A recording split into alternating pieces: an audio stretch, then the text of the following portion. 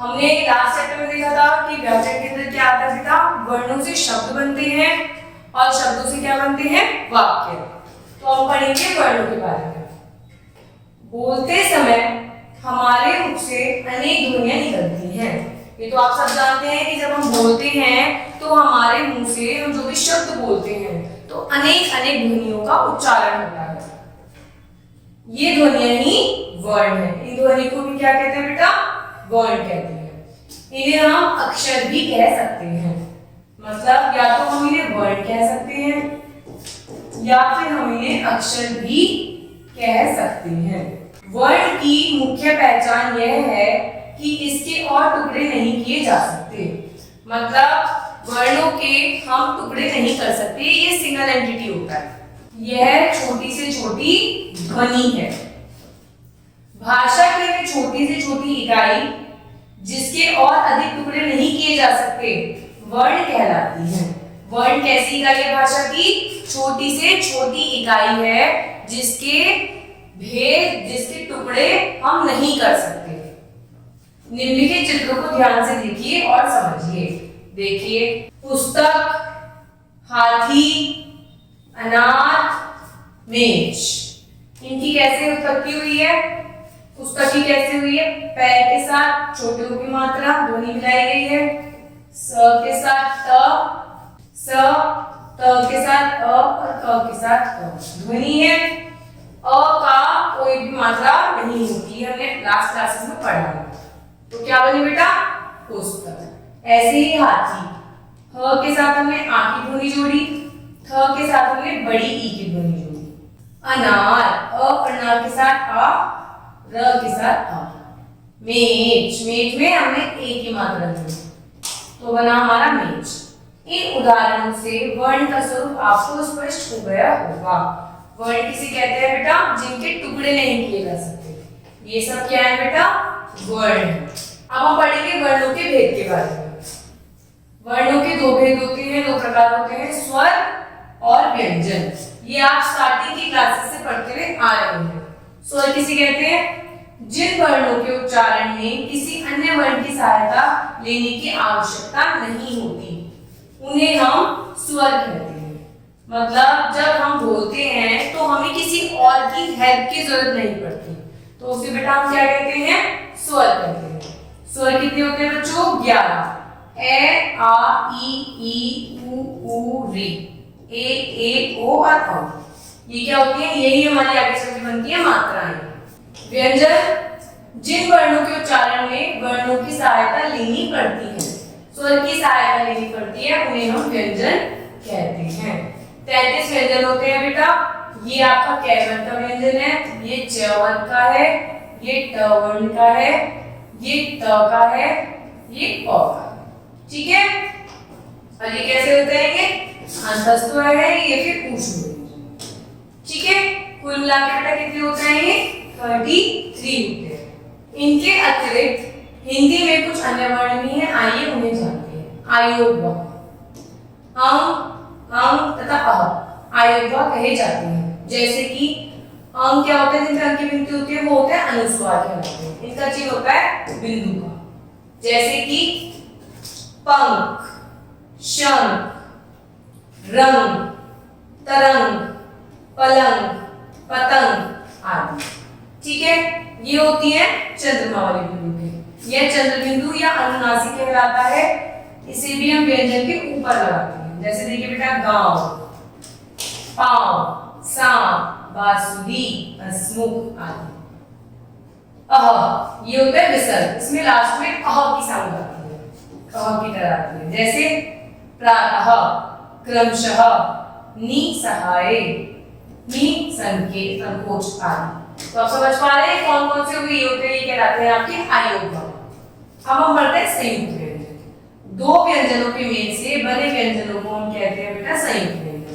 जो व्यंजन दो व्यंजनों के मेल से बनते हैं, जो स्वर्णों के मेल से बनते हैं वो व्यंजन कहलाते हैं, जो व्यंजनों के ही मेल से बनते हैं वो संयुक्त व्यंजन कहलाते हैं। जैसे क और श दोनों को मिलाएंगे तो हमारा ये शशत होता है, जिसका वर्ड है रक्षा, कक्षा, दीक्षा।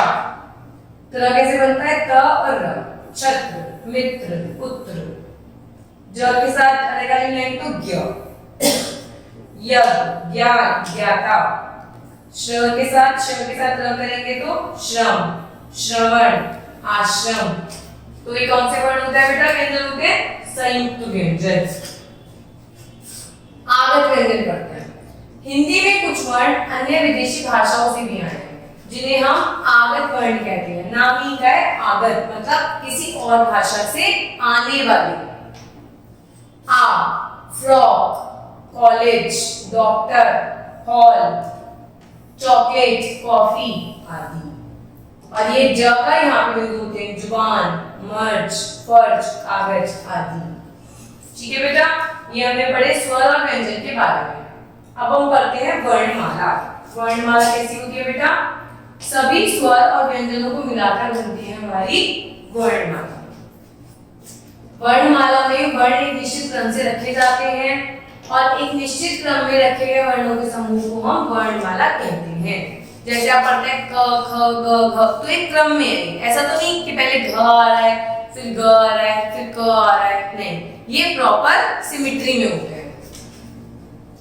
मात्रा, लिखते समय जब स्वरों को व्यंजनों के साथ मिलाया जाता है तो उनका रूप बदल जाता है। उनका यही बदलावा रूप क्या कहलाती है बेटा? मात्रा। व्यंजन के साथ चिन्ह रूप में जुड़ने वाले स्वर ही मात्रा कहलाते हैं। मैंने आपको जब स्वर पढ़ाए थे तो बताया था कि आगे चलकर जब ये व्यंजन से मिल जाते हैं तो ये क्या बन जाते हैं? मात्रा बन जाते हैं। अ के अतिरिक्त सभी स्वरों की अपनी अपनी मात्रा होती है। अ की कोई मात्रा नहीं होती। अब देखिए, पढ़िए। अ सभी वर्ण के साथ पहले से ही जुड़े हुए होते हैं, इनकी मात्रा नहीं होती। अ की देखो कोई मात्रा नहीं है तो क सिंपल लिखा गया कल क, है ना। आ की होती है आकरण।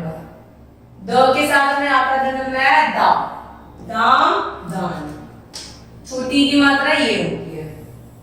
अगर हमने ग में छोटी की मात्रा लगाई तो छोटी की मात्रा ऐसे गी, गिर, गिर। बड़ी की मात्रा ख में लगाई तो खी बन गया, खीर, खीर। ये क्या हुआ? स्वर व्यंजन मिलके क्या बना? एक नया मात्रा। छोटियों की मात्रा ऐसी होती है तो ब में लगाएंगे तो बु, बुन, बुध। बड़े की मात्रा ये रही आपकी, ध में लगाओगे तो धूप, धूल। री की मात्रा ये होती है, किसमें लगाओगे तो ये नीचे की तरफ आती है, वृक्ष, व्रत। ए की मात्रा होती है एक की, ज में लगाओगे तो क्या बन गया? जे, जेवर, जेब।